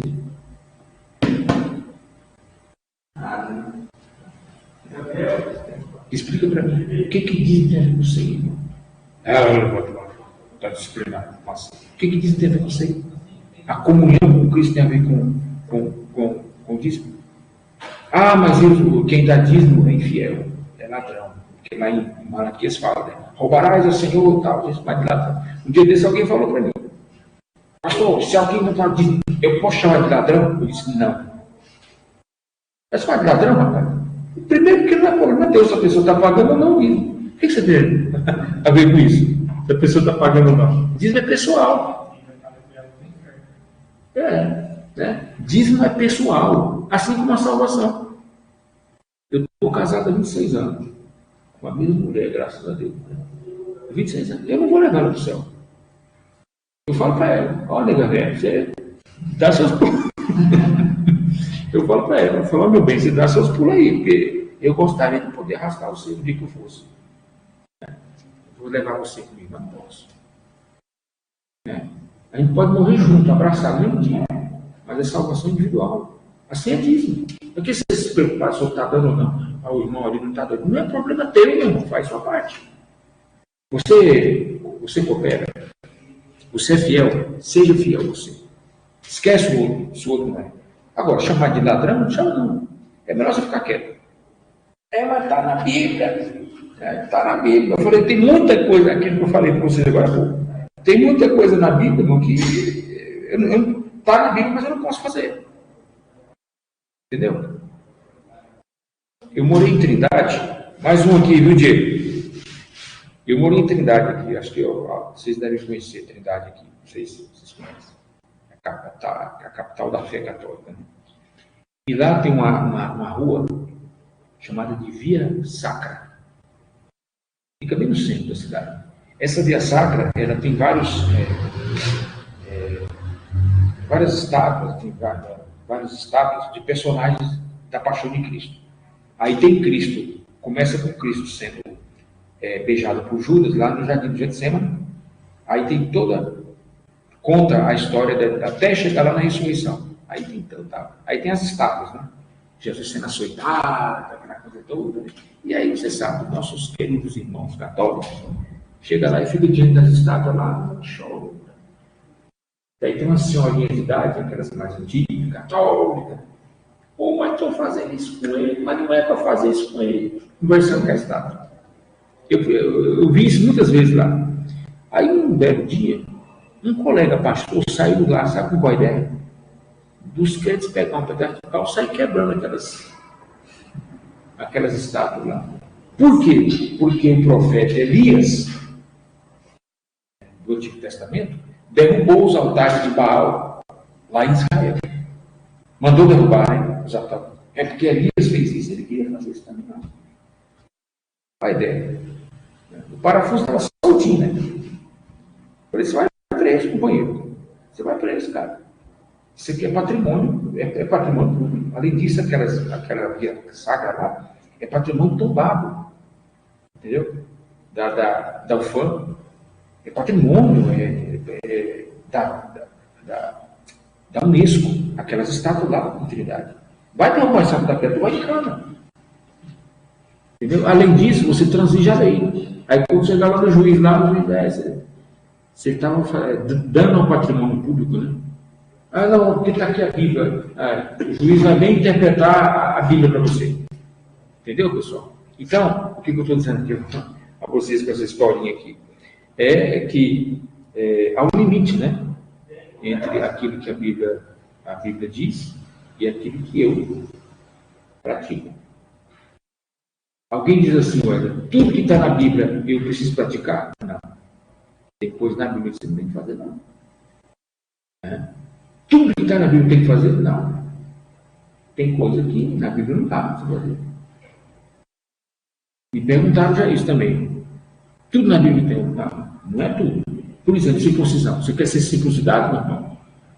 No seu órgão genital? Pegar ele assim, o pênis, né? Puxar aquela peninha com o prepúcio e passar a gilete ali? Não quer não. Pois é. É uma prática religiosa judaica. Mas vai fazer isso hoje. Né? Inclusive para ser aceito dentro da comunidade de Israel. Tem que fazer isso. Né? Então, pessoal, a teologia bíblica trabalha esses pressupostos, né? Antigo e Novo Testamento. Por isso que o cenário de ambos os testamentos são bem diferentes. Né? São bem diferentes. Existe até uma obra de introdução ao Novo Testamento, eu acho que é do Norman Geisler, se não me engano, escritor americano, que ele diz o seguinte: se a gente trocasse os personagens do Antigo Testamento, colocasse um cenário do Novo, e pegasse o do Novo, e colocasse o do Antigo, eles não dariam conta de conviver. Não daria conta. Os profetas do Antigo se colocaram no cenário do Novo Testamento. Ia dar um problema. E se você pegasse, por exemplo, Paulo, Pedro, os caras do Novo Testamento, jogasse no cenário antigo. Já dá os anciões com a nossa juventude. Você está vendo? O conflito, né? Então, por exemplo, eu lá na minha casa, eu vou falar rapidamente isso aqui. Lá na minha casa, por exemplo, eu tenho um conflito de gerações lá em casa. Porque eu tenho 3 mulheres, né? Eu tenho 3 mulheres, viu, irmão? Eu tenho a minha esposa, a minha mãe e minha filha. Então são 3 gerações diferentes. A minha mãe, veterana, minha mãe tem quase 80, né? Acompanhou os 80 anos da história da humanidade, ela acompanhou. Então ela viu muita coisa. E ela veio de uma região extremamente rígida, que é o Ceará, nordestino. Foi criada. Né? Aí tem a minha esposa, que é metade da idade. E vem minha filha, que é dessa geração agora. Aí quando eu vejo a minha filha e a minha mãe conversar lá, a briga é feia. Porque a minha mãe fala de certas coisas que minha filha não aceita. Não, vó, eu não aceito não. E minha mãe, pior ainda, não aceita as coisas que igual minha filha usa muito essas calças rasgadas, né? Eu acho ridículo, mas enfim, ela gosta. E aí, a minha mãe, minha filha, como é que tu vai sair na rua desse jeito? Na minha época, calça rasgada era feia. Aí minha filha fala, não, vó, hoje é moda. Né? Existem hoje lojas que vendem, você vai lá no shopping, lá está lá, vendendo calça toda rasgada. Um exemplo, conflito de, entendeu? Então, o que eu faço? Eu sempre fico lá em casa, a gente tem que aprender a conviver com essa geração. Entendeu? Não tem jeito. Né? O cenário é outro. Você pega aí um pastor veterano, né, de 50 anos atrás, ele tem dificuldade em dialogar com ele. É complicado. Né? As músicas diferentes, é complicado. O público, né? Hã?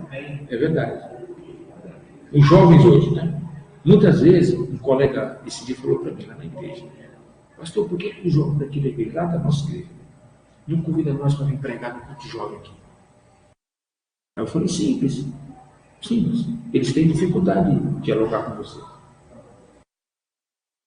Entendeu? Dificuldade. Como é que eles vão te convidar? Eles já conhecem o seu perfil. Você é das antigas, igual eu. Entendeu? Quando você prega aqui no culto de domingo, por exemplo, você sabe aquele jeitão. Como é que o jovem vai te convidar? Não vai. A distância fica. Eu, por exemplo, eu louvo a Deus que eu sou bastante convidado. Inclusive, eu sou professor da classe de jovens lá. Entendeu? Eles gostam de me ouvir. Por quê? Porque eu procuro ter uma certa aproximação dessa geração. Se você perguntar se eu concordo com tudo que essa geração faz, não. Concordo não. Não, de jeito nenhum. Mas também não crio casa. Entendeu, pessoal? Eu vou criar casa. Eu estou trabalhando essa ideia com vocês aqui para a gente entender essa questão de cenário, né? Entendeu? Bom, por exemplo, a minha filha gosta de usar essas calças esquisitas. Eu acho um louco. Mas não crio casa com ela. E por que eu não crio? Porque eu conheço a minha filha. Minha filha é crente. Graças a Deus. Minha filha, eu louvo a Deus, é uma menina crente. Eu conheço minha filha, a fé dela. Então, entendeu? E outra, eu não vou salvar ela. Entendeu? Então, o fato é que eu procuro, como Deus tem me dado essa capacidade, como eu espero que vocês também tenham essa capacidade, e é isso que eu ensino aos meus alunos, de conviver com essa geração de hoje, entender isso aí. Entendeu? A gente tem que entender a música deles, a sua geração, entendeu? O modo como vocês se vestem, enfim. Entendeu? Deus me deu uma lição, mais uma das minhas historinhas. Pode contar, pessoal, ou não? Fazer igual com o Diego aí. Pode contar. Um dia Deus me deu uma lição aqui, nessa igreja aqui. Uns 4 anos atrás. Era um comep, conversa de jovem aqui. Eu vim trazer minha filha. Geralmente nos comep eu não venho, porque eu não aguento esse ambiente aqui. Entendeu? Som. É 2, né? Pois é.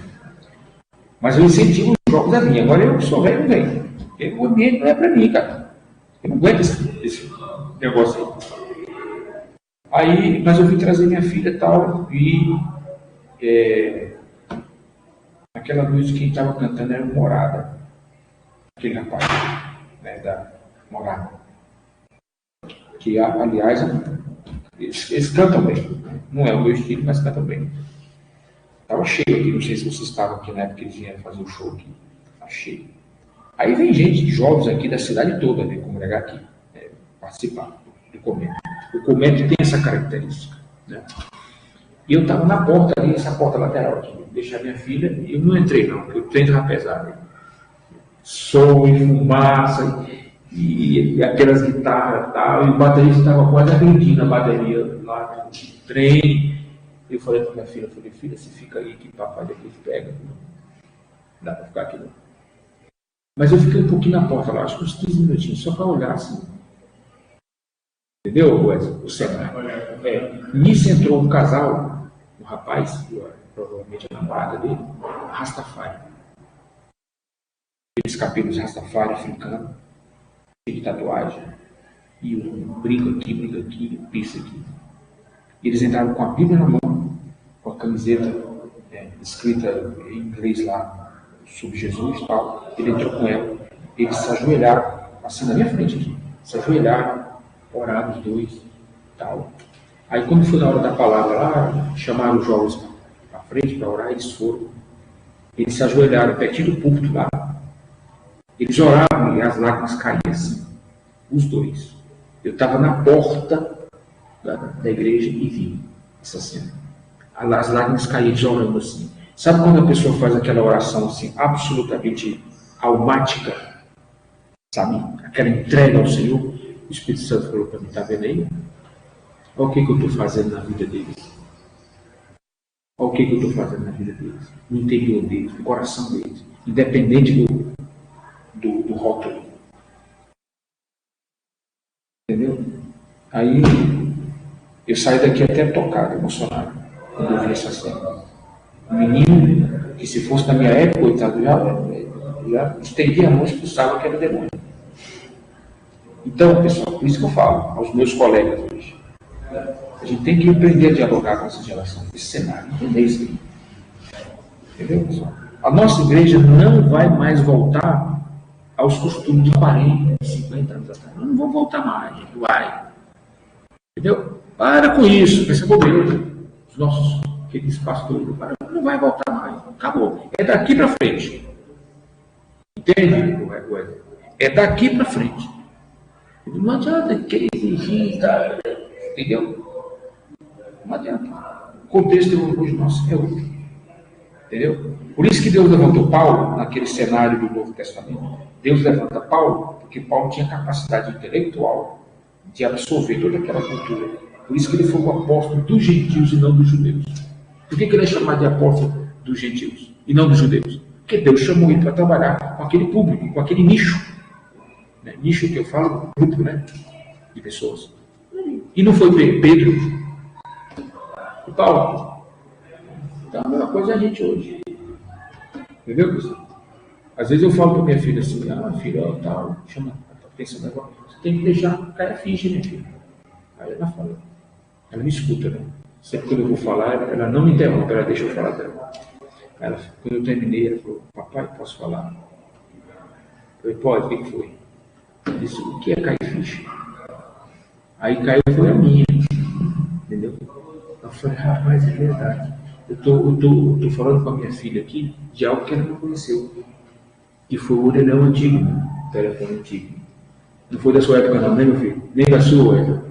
Já foi? Você pegou, né? Antigamente, os orelhões, para a gente falar, tinha que pôr ficha. Tinha que comprar ficha. Então, da hora de estar com ficha. Você tinha que comprar, encher a mão de ficha assim para poder telefonar. O cartão, né? Pois é. Exatamente. E tinha hora que a ficha enganchava lá dentro, Wesley, que era um horror. Era uma luta. Você tinha que dar murro assim, para cair. Aí eu percebi que a minha filha não viveu isso. Ela não sabe o que é isso. Aí eu fui explicar para ela. Entendeu? Então, é o que eu falo para os meus colegas. Então, nós que somos mais maduros, aliás, até a própria Bíblia ensina isso. Os mais velhos ensinam os mais jovens. Então, a gente tem que ensinar. Entendeu? A gente tem que ter maturidade suficiente para digerir as coisas, né, do ponto de vista intelectual. E, enfim, né, pessoal? É isso aí.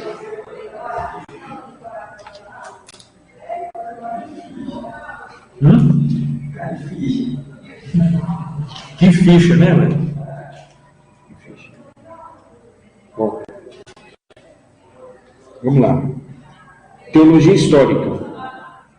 É o estudo teológico por meio da história da Igreja, sobretudo de seus documentos teológicos, produzidos nos muitos concílios ao longo dos séculos de cristianismo. Pessoal, eu trouxe até esse livro aqui, ó, que eu estava lendo ele agora, tá? Tendo só uma vida. Esse livro vai falar sobre os documentos que a Igreja criou ao longo dos anos, né? Documentos esses muito importantes, tocantes às doutrinas da Igreja. E foram elaborados aqui mais de, 2.000 e tantos documentos que a Igreja elaborou. Aí você fala assim, mas qual é o mais importante? A Bíblia ou os documentos? A Bíblia. Mas os documentos também são. Por que são? Porque esses documentos é uma interpretação que a Igreja faz da Bíblia. Entendeu? É como se a Igreja pegasse a Bíblia seria mais ou menos uma pedra bruta. Então, a Igreja faz uma interpretação, uma hermenêutica, né, da palavra de Deus e transforma essa hermenêutica num documento mais claro para que as pessoas entendam um pouco mais claramente. Como eu falei para vocês, a Bíblia não é simples, ela é complexa. Para se conhecer a Bíblia, você tem que ter um conhecimento de geografia, de sociologia, de filosofia, de línguas, hebraico, grego. Então, coisa que a grande parte da massa não tem esse preparo. Por isso que não tem a Bíblia. Então, o que cabe? Cabe a nós teólogos, e por isso nós estamos estudando prolegômenos, cabe a nós teólogos facilitar esse processo.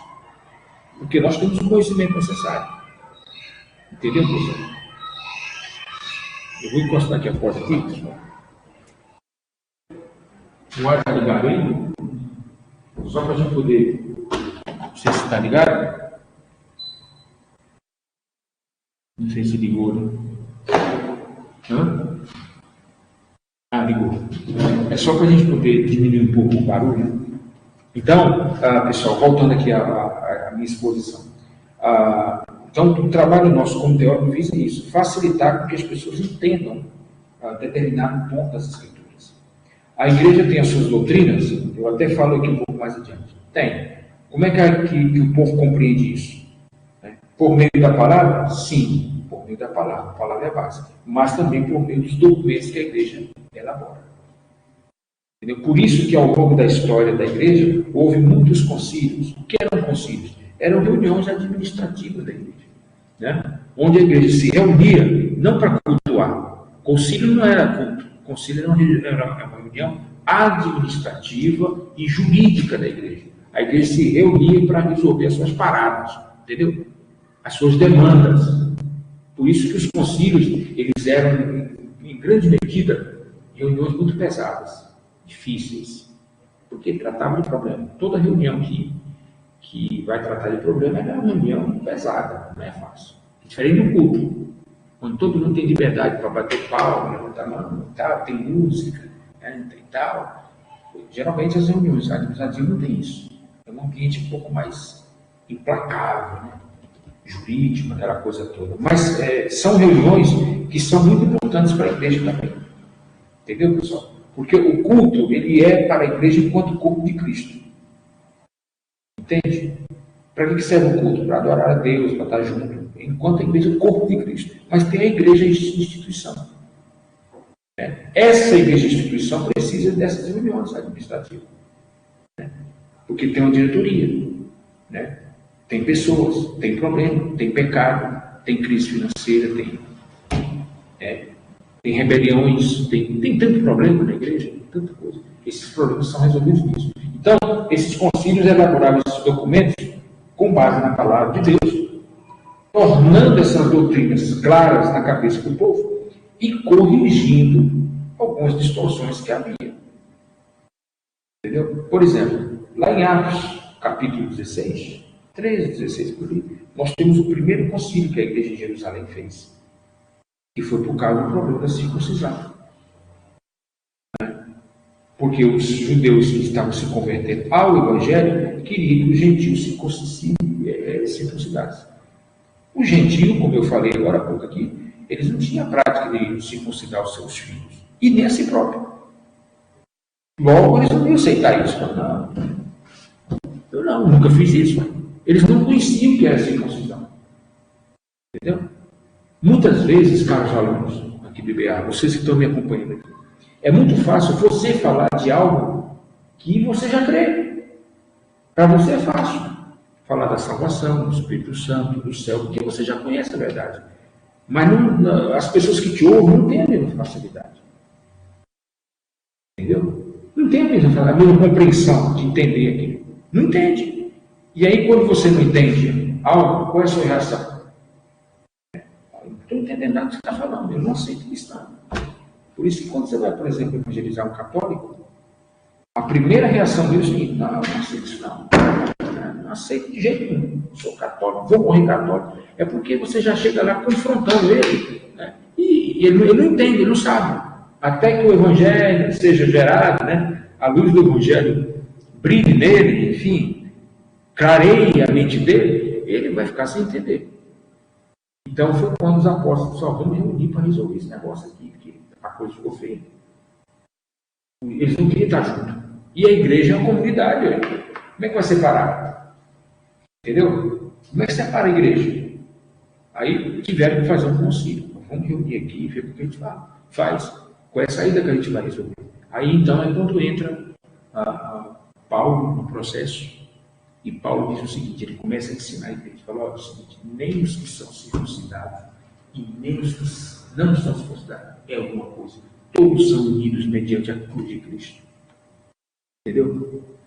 A cruz de Cristo une a todos nós, independente de quem seja. Entendeu? Aí Paulo vai trabalhar esse conceito, que é o que ele trabalha lá, por exemplo, na sua carta aos Gálatas. Ele vai trabalhar sobre a questão da fé em Cristo e da circuncisão, os rituais da lei. E ele vai dizer o seguinte: olha, aqueles rituais tá bom. Foram ultrapassados. Por quê? Porque o sacrifício de Cristo foi um sacrifício definitivo, perfeito, concreto, sólido, absoluto. Então não tem necessidade de estar aqui. E aí vem o autor aos Hebreus, que muita gente disse que foi Paulo, né?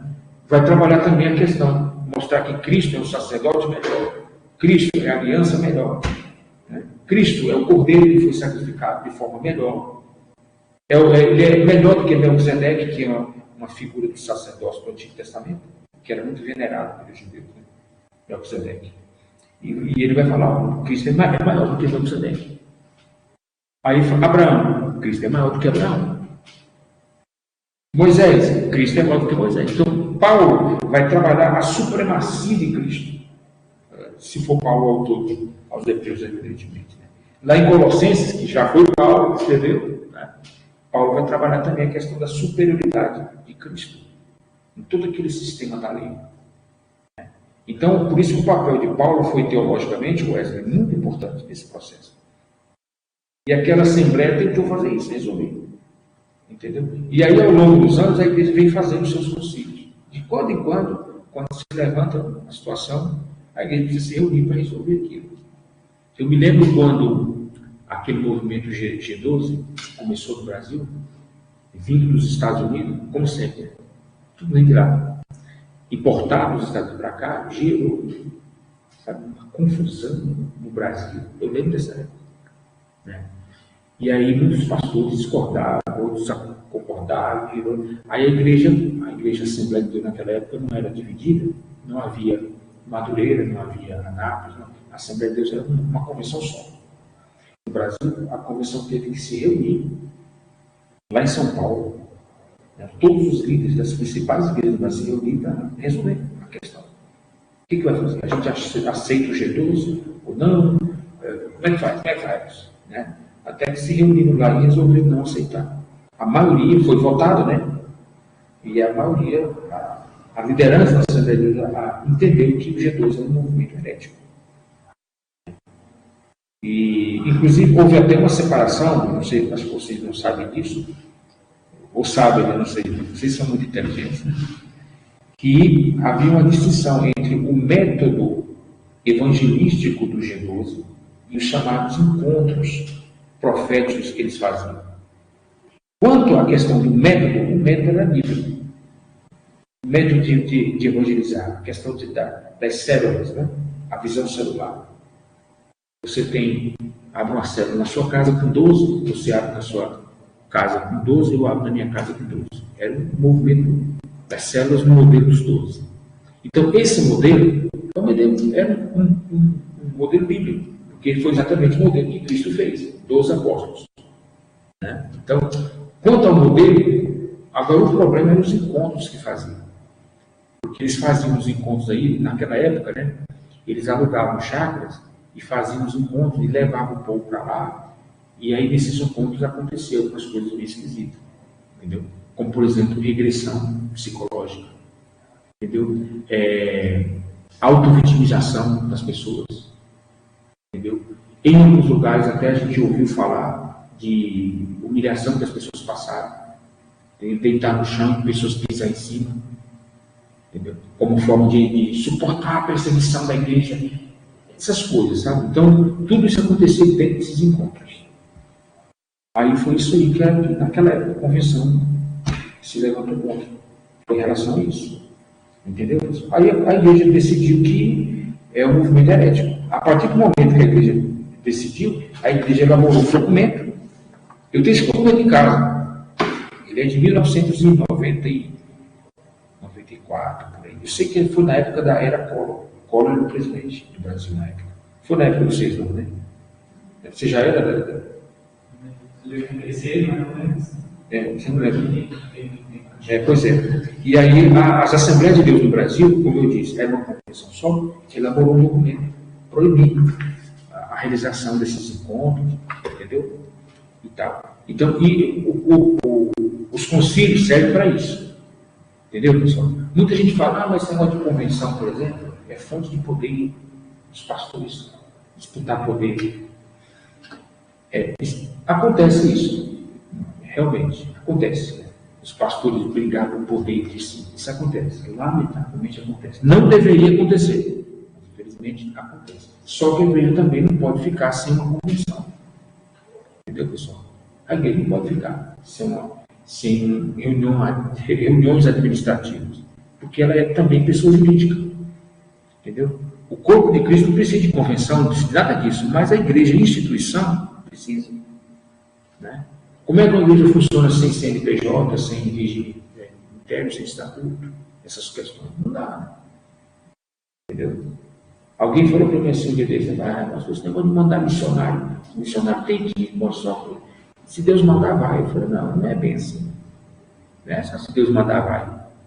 A igreja tem que apoiar. Entendeu? Você vai mandar uma pessoa daqui, por exemplo, para os países islâmicos, entendeu? Para a Ásia. Como é que essa pessoa vai? Tem que ter um apoio no papel jurídico, um apoio financeiro. Essa pessoa tem que estar registrada, né? Para poder receber a oferta lá, para ter essa movimentação econômica. Acontece um trem lá, você manda uma família, por exemplo, né? Um casal, um filho para a África. Como é que você tenta para dar apoio ao país lá? Entendeu? É complicado. Então, é necessário haver isso. Então, pessoal, esses documentos são muito importantes nesse sentido. Então, a teologia histórica trabalha exatamente essa área, esses documentos aqui. E eu vou falar para vocês, é uma área vasta. Viu? Porque aqui, tudo isso aqui são documentos da igreja. Aqui tem documento para tudo. Né? Então, é uma área vasta isso aqui. Entendeu? Existem teólogos que estudam só os documentos da igreja. Os caras são especialistas só em estudar a documentação da igreja. Conhece? Nós temos um professor lá em Brasília, que ele é PhD na área de documentos da igreja. Entendeu? Você vê como é uma área rica, né? E tem coisa demais. Tá? Vocês não fazem nem ideia do tanto de documento que tem. Entendeu? E principalmente da reforma de Martim Lutero para cá, a reforma protestante, ela gerou muita documentação na igreja. A reforma. E como foi um movimento de impacto, gerou muita documentação na igreja. Então, A partir da própria reforma, as 95 teses, que é um documento que Lutero elaborou, né? A partir daí. A Assembleia de Deus hoje, nós temos uma confissão de fé pentecostal. É um documento. Entendeu? E por aí vai. Deixa eu ver aqui.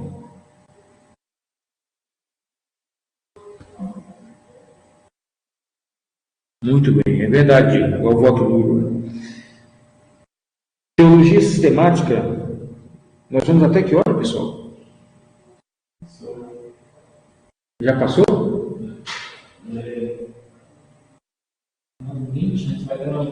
É 9h30, né? Nós já vamos terminar já. Senão, a gente vai até 10 horas. Né? Aí não dá, né, Wesley? Eu só vou ler esse ponto aqui. Teologia sistemática ou dogmática é a área da teologia que vai tratar exclusivamente das doutrinas da fé cristã.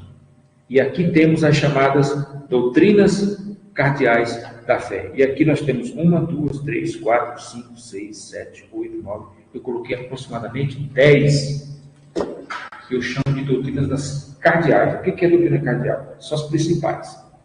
Nós temos só essas 10 aqui na teologia cristã? Não. Tem de documento aqui, né? Não, deve ter umas 1.000 ou 2.000 doutrinas. Mas essas aqui são consideradas as principais. Entendeu? Delas as outras saíram. Elas são as principais. Tá bom? E aí, na nossa próxima aula, a gente trabalha essas demais doutrinas aqui. Tá bom, pessoal? Amém? O tempo passou rápido, né? Eu não sei se vocês estão cansados aí, com sono, como eu estou, mas nós estamos aqui firmes, né? Vocês querem fazer alguma pergunta, algum questionamento? Eu tive algo que está revoltado que eu fico com sono. É, né? Aí tem aula, tem que fazer É verdade. Pai querido, nós te agradecemos a oportunidade de estar aqui esta noite mais uma vez, aprendendo a tua palavra, conhecendo um pouco mais do Senhor e da tua Escritura. Obrigado por esse momento de estarmos aqui. Obrigado pela vida dos alunos presenciais, do irmão Wesley também. Obrigado pelos alunos que estiveram conosco na plataforma. Abençoe a todos. Pedimos que o Senhor nos dê uma semana debaixo da tua bênção, da tua direção. Fica conosco em nome de Jesus. Amém. Amém. God bless you. Deus abençoe vocês, tá bom? Até a próxima semana, pessoal. Deus abençoe. Deus abençoe, pessoal, vocês aí que estiveram conosco na plataforma.